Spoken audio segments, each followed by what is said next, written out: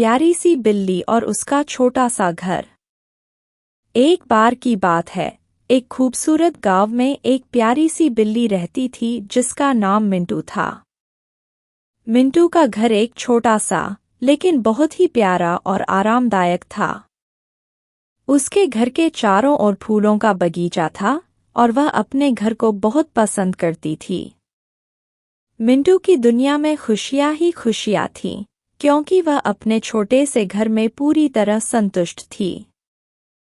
एक दिन जब मिंटू अपने बगीचे में खेल रही थी, एक बड़ी और घमंडी बिल्ली गांव में आ गई। यह बड़ी बिल्ली, जिसका नाम बबलू था, अपने विशाल आकार और घमंड के कारण बहुत ही तानाशाह थी। बबलू ने देखा कि मिंटू का घर बहुत छोटा है और उसने सोचा कि वह उसे डरा देगी और घर को अपने कब्जे में ले लेगी।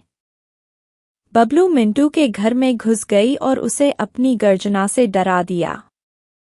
मिंटू को पहले तो डर लगा, लेकिन उसने जल्दी ही अपने हौसले को मजबूत किया। उसने सोचा कि बबलू को बाहर कैसे निकाला जाए। मिंटू जानती थी कि बबलू को आसानी से नहीं हराया जा सकता, इसलिए उसने अपनी सूझबूझ का उपयोग किया। मिंटू ने अपनी प्यारी सी आवाज में गाना शुरू किया। उसने गाया, छोटा घर, प्यारा घर, खुशी से भरा घर। मिंटू का गाना इतना सुरीला था कि सुनते ही बबलू को आराम और शांति महसूस होने लगी। बबलू ने सोचा कि मिंटू कितनी खुश और संतुष्ट है, भले ही उसका घर छोटा है। बबलू ने मिंटू से पूछा, तुम्हें अपने छोटे से घर में इतनी खुशी कैसे मिलती है? मिंटू ने मुस्कराते हुए जवाब दिया, छोटा हो या बड़ा, मेरे घर में खुशी और सुरक्षा महसूस होती है। जब हम अपनी परिस्थितियों से संतुष्ट होते हैं, तो हर स्थिति में खुशी मिलती है। बबलू को मिंटू की बातें समझ में आईं। उसे एहसास हुआ कि उसने बिना कारण के मिंटू को परेशान किया था। बबलू ने मिंटू से माफी मांगी और उसका घर छोड़ दिया। मिंटू ने बबलू को दोस्ती का हाथ बढ़ाया और उसे अपने घर के चारों ओर गार्डन की सैर करवाई।